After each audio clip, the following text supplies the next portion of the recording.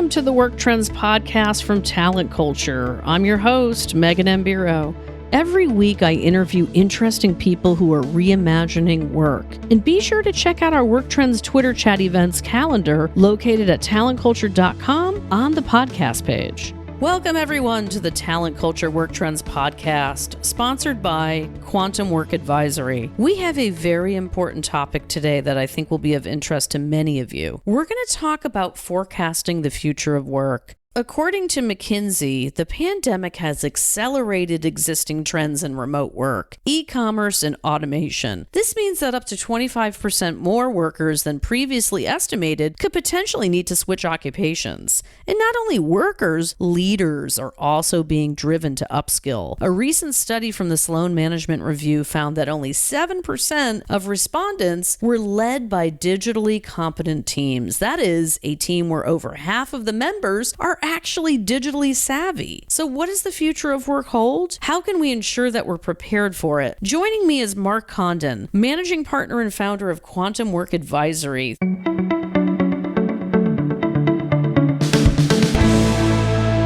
Mark Condon hails from Australia, but he's been based in the U.S. for the last 6 years and was previously in Singapore for about 8 years. He is a pioneer in the talent and workforce sector with over 20 years global experience with both startups and multinationals. He holds an MBA from Melbourne Business School and now leads Quantum Work Advisory with his colleague Andrew Grant. Quantum Work Advisory is a specialized advisory firm in workforce strategy, digital strategy, and service design. So, Mark, welcome to the show. Oh, thank you. I'm looking forward to this discussion. Should be fun. Oh, absolutely. Let's dive right in. There's lots to talk about. You talk about maturity traits found in good digital leadership. Can you give our listeners an overview of what that looks like? Absolutely. I love this topic. I get asked about it a lot. So the first one is leaders need to engage and protect their organization. So when they're developing new business models, those need to be protected from the broader business.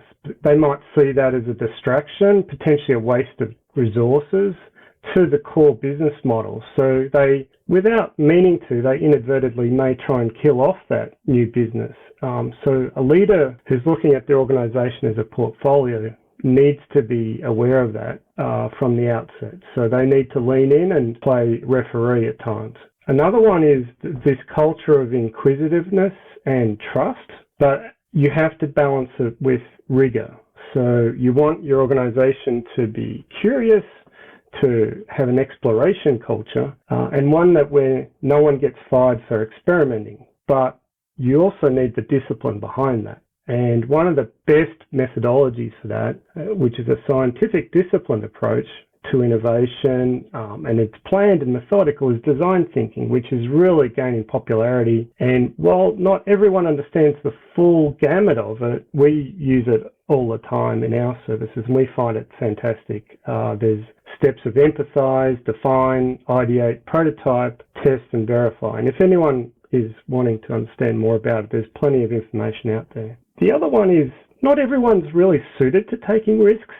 So leaders need to understand that those people are in high demand in an organization. They are often hard to reach. So if you're starting up businesses or you're trying to provide leadership, we need those types of skill sets. You need to make sure the organization can reach that talent. And if they can't find them internally, they're going to have to get them externally. But they are a rarer breed, and they aren't always available. And the other one is leaders see that, well, I've sort of touched on it before, is a balanced portfolio. So they have higher risk projects and they have lower risk, and they have their traditional business. So it's kind of like taking some bets, right? So targeting efficiency and cost savings, and then balancing it all out. So those are the key ones, I think, Megan. Just a couple of bits there, everybody. There's a lot that you just said. Whoa! When we talk about young leaders, what are they facing when it comes to leading in the digital age? Look, it's really confusing out there. There's so many great technologies that appear to be, wonderful in their own right, but there's a bit of a problem in that digital transformation is not really about the technology, and that might seem silly, so I'll just come back a bit. The technology in a lab looks wonderful, but we have to use it in our own business. And our businesses are full of people, policies, and processes which may not help the technology work. So that's something to really consider, that how do I make the technology work is really a people-centric issue, and that their own organisations often fight the technology. So that's something to think about. The other one is to use data, and rather than get into a lot of opinions about technology, really to ask, why do we think that way, or what's the data behind that assumption? Because otherwise people get very passionate about technology, but not always with the facts behind them. So that's the other one. And just one more is, people used to choose technology on the basis of functionality. Get a list of 20 functionality items on one side and 15 on the other, and say, 20 wins. But without it being a great user experience, it's kind of a waste of time. So people need to be able to want to use that technology, and it has to be easy to use. Ideally, it needs to be, I hate to say it, but maybe fun. But maybe that's too Did you just say fun? Yeah, why not? Hey, why technology not? Fun? Yeah. Exactly. So what do companies need to know about technology's role when we're talking about diversity, equity, and inclusion as it relates to hiring and retention? Yeah, look, this is a huge topic. The number I believe that they said in around 2020 was about $50 billion was going to be spent on this D&I tech vendor space, and was going to be growing to around $110 billion by 2024. This is a massive investment of the technologies to try and support that. The key ones, and I won't talk for too long, but marketplace platforms. So how do I move talent around an organization? Skills matching. AI is a great enabler of matching, but it also can have a dark side in that if it's not fed the right data, it's not trained the right data, it can actually make the bias worse. So that's something to be really mindful of, is how we're training the data sets is everything in AI. So rubbish in, rubbish out. The problem with AI is it can make things a lot more efficient, but it also can magnify the problem. So I think that's something that people need to be working on. The other couple are diversity sourcing tools. There's great tools that can help reach diverse groups. And obviously there's great market intelligence that can be gained now as to supply and demand and where that diverse talent resides. What do you define as business agility, and why is it important for our listeners to know about this topic? This is the aspiration of CEOs everywhere.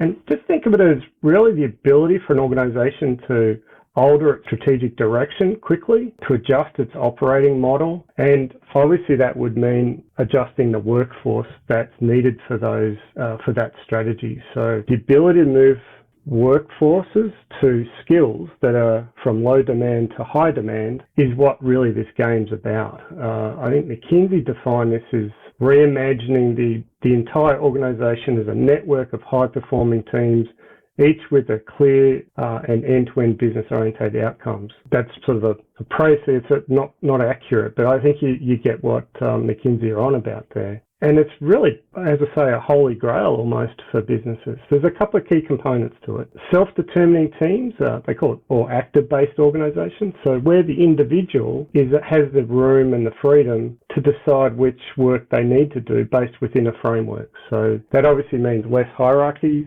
less bureaucracies to manage and govern them. And organizations like Amazon have made great strides in their technology groups with these sort of things. You need an agile, friendly culture to make it work. So, as Peter Drucker once said, culture eats strategy for breakfast. So without an aligned culture to being agile, you can't move people around. I was working with one organization and they had 8 policies that restricted the movement of talent around an organization. So even if you had great technology, the technology wasn't going to work. So these are the things to look at. How do you think we can create a workforce that is adaptable to our constantly changing digital culture, landscape, whatever word you want to put on this? I mean, what can we do to be more adaptable and smarter about it? Yeah, we have a framework for this. I won't go into too much depth on this one, but I think the first one is the key stakeholders, the C levels, whether that be the CHRO, the CEO, CFO, the Chief Procurement Officer, they need to align on some sort of form of strategy here that to win in the business strategy, we're going to need to be able to be adaptable, we're going to need to be agile. So that's probably the first one is let's get some at least agreement that, if we need to be adaptable, we need a more liquid workforce, we need it to be more permeable, and that's not particularly easy to do. So that's the first one. Another one is, by definition, you need to be able to move people around. And we just hit on one before, that policies in an organisation can be very restrictive to that. The other one that's really a problem, obviously, is hiring managers. They love their favourite employees or contractors, and why it doesn't suit them to play the bigger game necessarily, that they let go of their talent for other parts of the business to win. So that's something to work on as a culture, and that has to be led from the top. The other one is you do need technology to be able to make that work, and you're really matching, aren't you? So you've got a need and you've got talent, whether that's a contingent worker, a freelancer, or a permanent employee. And so they've got to match that up all the time. Requires data and data intelligence.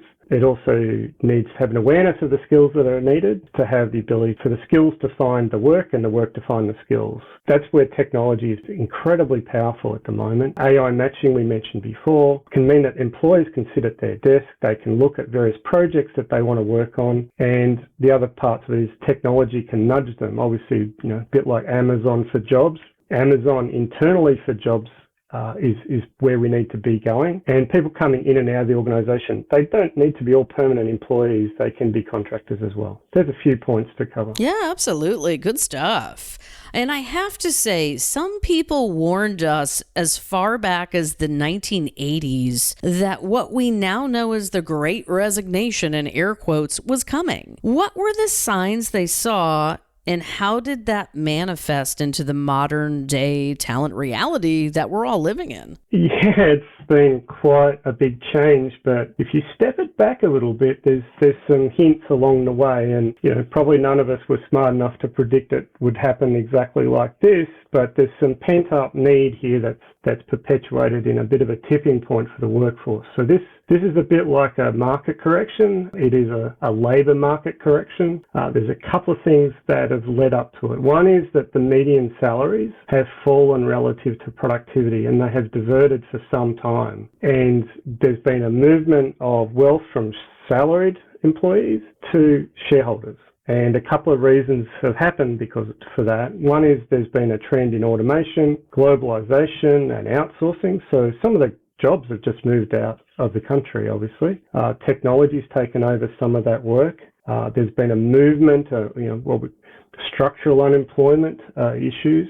The other one is that there's been a rise of the importance of the shareholder, the ultimate shareholder or stakeholder as the shareholder. And before then, the stakeholders were a little bit more even between the employee, the management team, and the shareholders, and that, as well as the customer, of course. That sort of rise of that has meant that there's been that shift of wealth, and it's been okay for employees to earn less relative. And I must stress it's the median, not the average. Some employees have done extremely well at the high end, meaning the average probably salaries have increased, but the median has not. It's fallen. So that's something else. And then, that treating employees and how well they've been treated has really bubbled to the surface. So that obviously the way people were treated and maybe weren't given the flexibility, that was the final straw, and people resigned. So that's where a lot of this has come from. This is something that's been talked about for years, so I'd like to get your viewpoint on it. Do you believe there's truth in this notion that people do not quit their jobs, they quit their bosses? I think it's very true, to be honest, generally. But we didn't all suddenly become worse managers, and we have a lot more people resigning. So something else has happened recently, but overall that would be true. The employee sees their manager as responsible for their development, responsible for their training, and will blame, or partly blame at least, that individual for the lack of opportunities that they may get. And it comes back also to that point before, are the managers hanging on to those employees too long? So they're not seeing the opportunities that they should.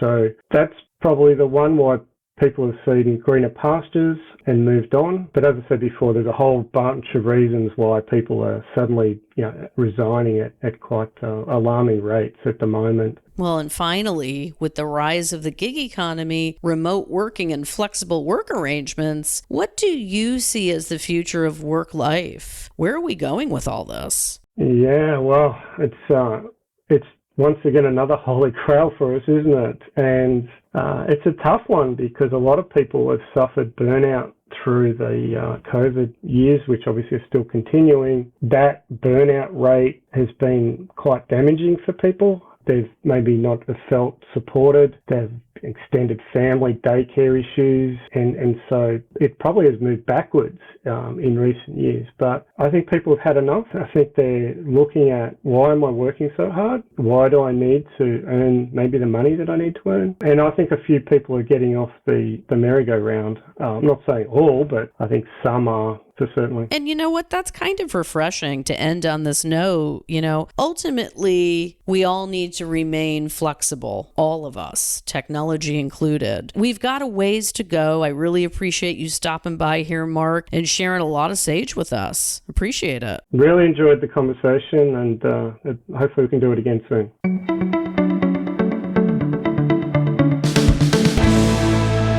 Thanks for listening to the Work Trends Podcast, your favorite source for all that's new and exciting in the world of work. If you love what we do here, make sure to share our podcast, and don't forget to tune in for our next episode. Catch up with you next time.